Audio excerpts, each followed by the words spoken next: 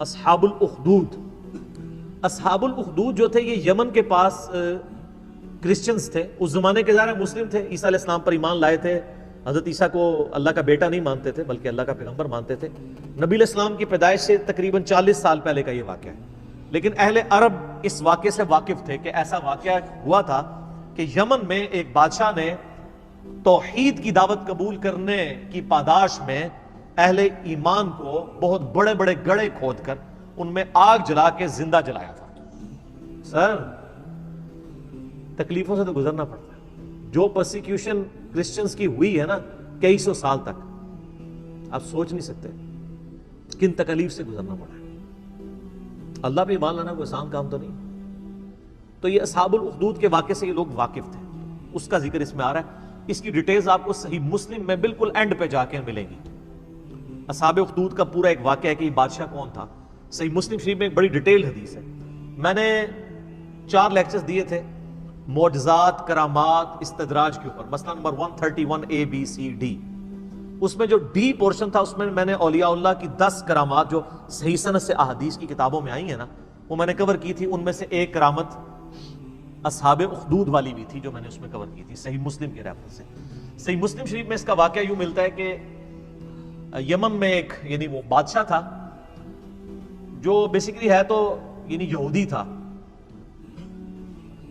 اس وجہ سے وہ عیسائیوں سے زیادہ نفرت کرتا تھا کیونکہ حضرت عیسیٰ علیہ السلام کو کرسچن جو ہے پیغمبر مانتے ہیں بلکہ اس میں غلوف کر کے خدا کا بیٹا مانتے ہیں, اور دوسری طرف یہودی کہتے ہیں کہ یہ نعوذ باللہ دجال ہے. اب ان کا آپس میں تو اکٹھ ہو ہی نہیں سکتا نا. ایک شخصیت جو ایک طبقے کے لیے خدا کے درجے پہ فائز ہو اور دوسرا اسے جو ہے نعوذ باللہ دجال اور پتہ نہیں کیا کیا الفاظ استعمال کرتے ہوں, تو ان کا آپس میں اکٹھ تو ہو نہیں سکتا. یہ تو یہودیوں نے سازش کر کے کس طرح عیسائیوں کو دبوچا ہے کہ 8 یہودی اور عیسائی ایک پیج کے اوپر ہیں, ورنہ 20ویں صدی کے آغاز سے پہلے تک تو یہ قتل و غارت کا بازار گرم تھا ان کا آپس میں.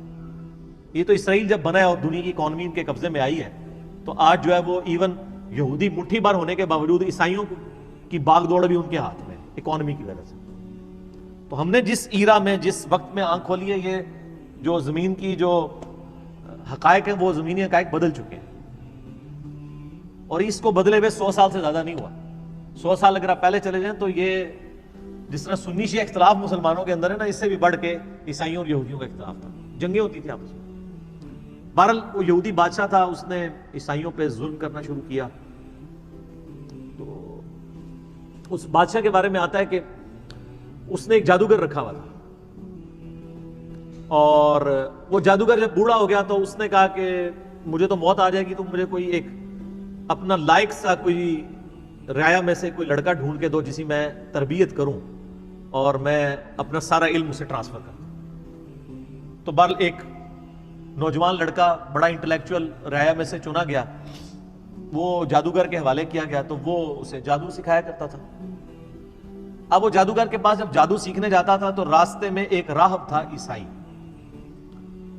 تو وہ اس کے پاس وہ لڑکا رکا کرتا تھا. اس راہب کی باتیں خدا شناسی کی, توحید کی اسے بھانی شروع ہو گئی, حتیٰ کہ اس کا دل اللہ نے اسلام کے لیے کھول دیا. یعنی اس نے اسلام, اس زمانے میں کرسچینٹی اسلام ہی تھا,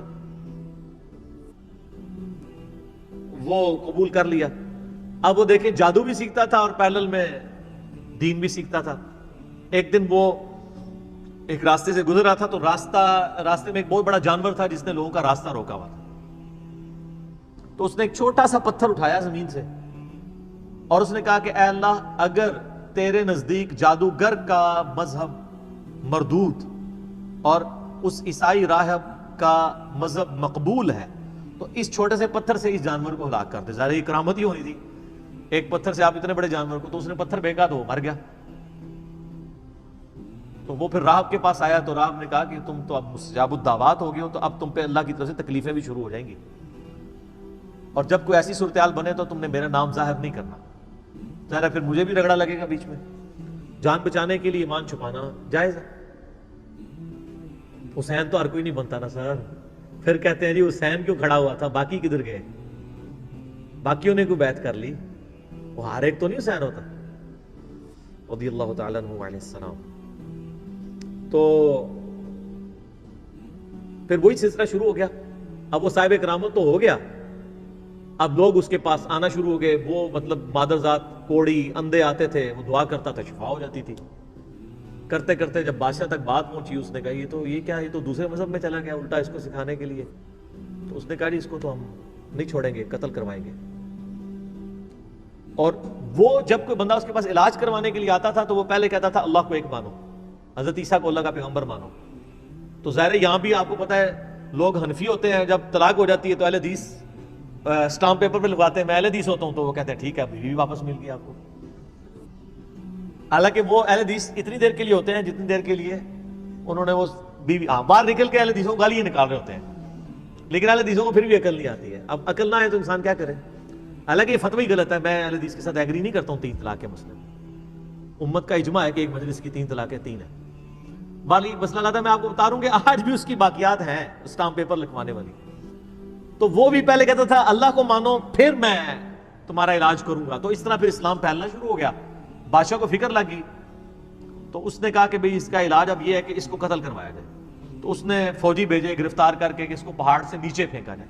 پہاڑ کی چوٹی پہ لے گئے، اس نے وہاں پہ دعا کی، وہ سارے فوجی نیچے گر پڑے، وہ بچ گئے۔ پھر اسے کشتی میں سوار کر کے سمندر کے اندر لے گئے، اس نے دعا کی، کشتی الٹ گئی، وہ بچ گیا، باقی سارے الٹ گئے۔ بادشاہ سر پکڑ کے بیٹھ گیا کہ اس کو اب کیسے قتل کیا جائے، کیونکہ مستجاب الدعوات تھا۔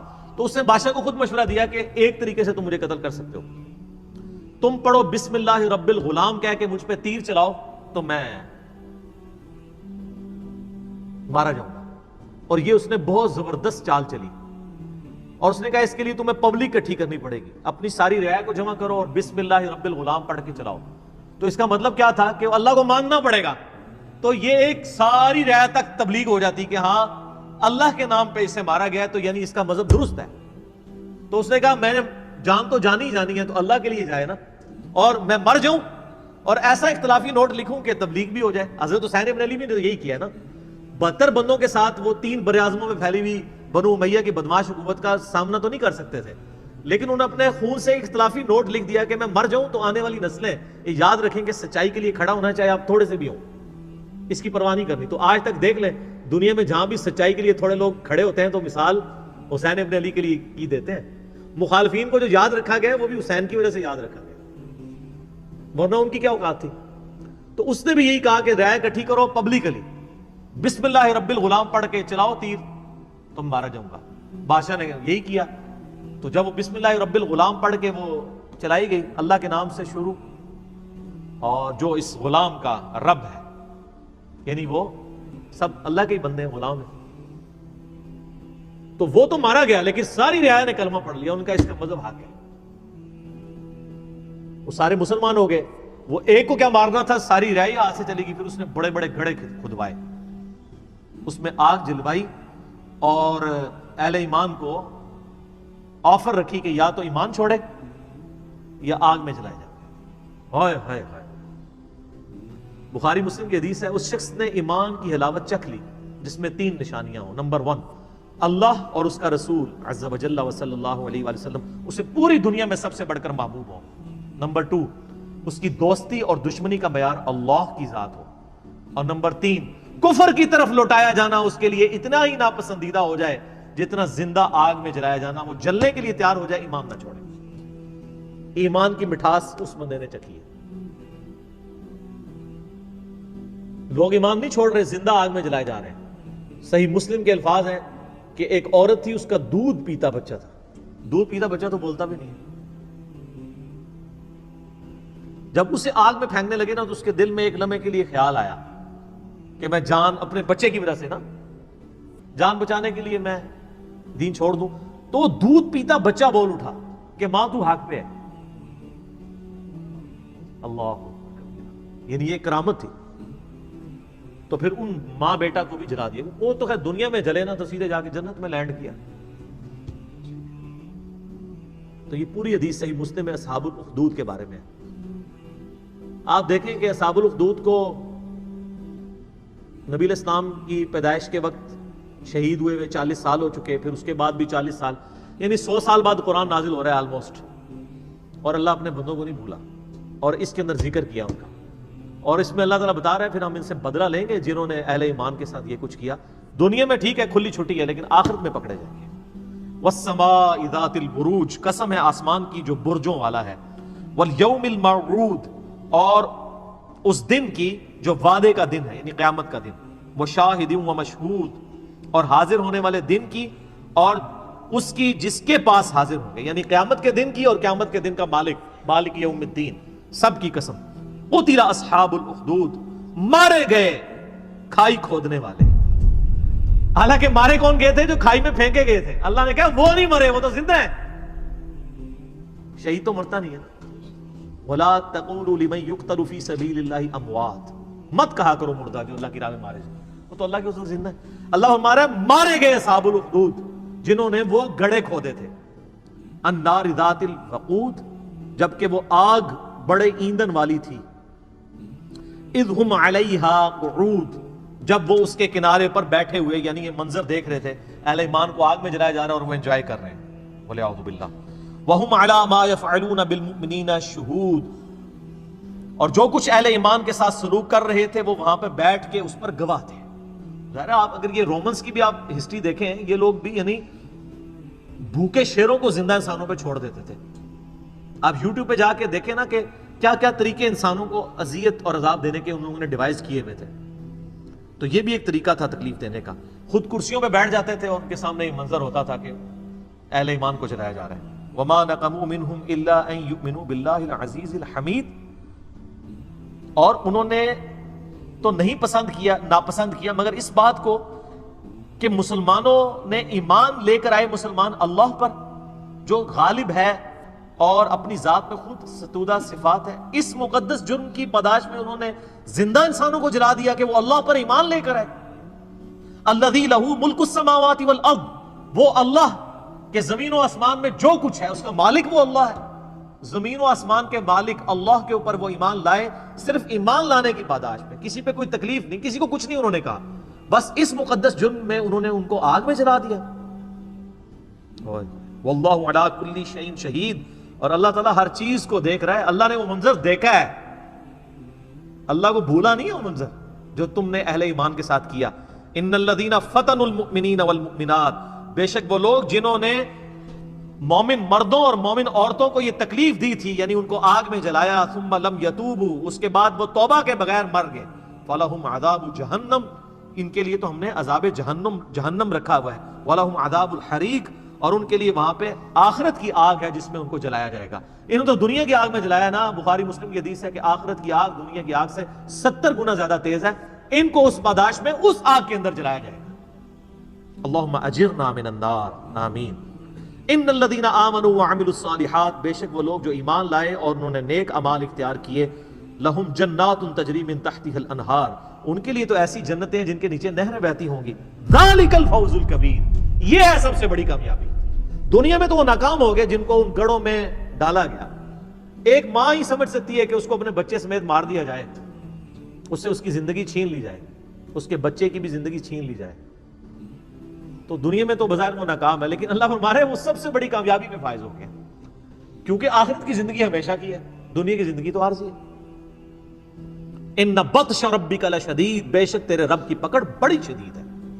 یہ دنیا میں تو کوئی شخص کسی شخص کو ایک دفعہ ہی موت دے سکتا ہے نا، اور اللہ تعالیٰ لاکھوں دفعہ زندہ کر کے لاکھوں دفعہ موت دینے پر قادر ہے۔ اللہ کی پکڑ سے کون بچ سکتا ہے؟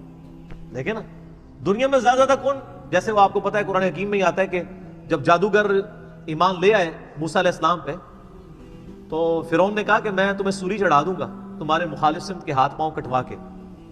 تو پتہ ہے ان جادوگروں نے کیا کہا تھا کہ تو جو کچھ بھی کرے گا دنیا کی زندگی میں کر سکتا ہے نا، ایک دفعہ موت دے گا دے لے، پھر تو ہمیشہ کی کامیابیاں ہماری مقدر ہے۔ لیکن اللہ سے انسان نہیں بھاگ سکتا، اللہ کے جو قابو آ گیا وہ ایک دفعہ موت تو نہیں، جب چاہے جتنی دفعہ موت کی تکلیف سے گزارے اور تکلیف دے۔ قرآن حکیم میں آتا ہے ہم جب ان کی کھالیں جل جائیں گی نئی کھالیں انہیں دیں گے تاکہ انہیں عذاب اور فیل ہو۔ اللہم اجرنا من النار، آمین۔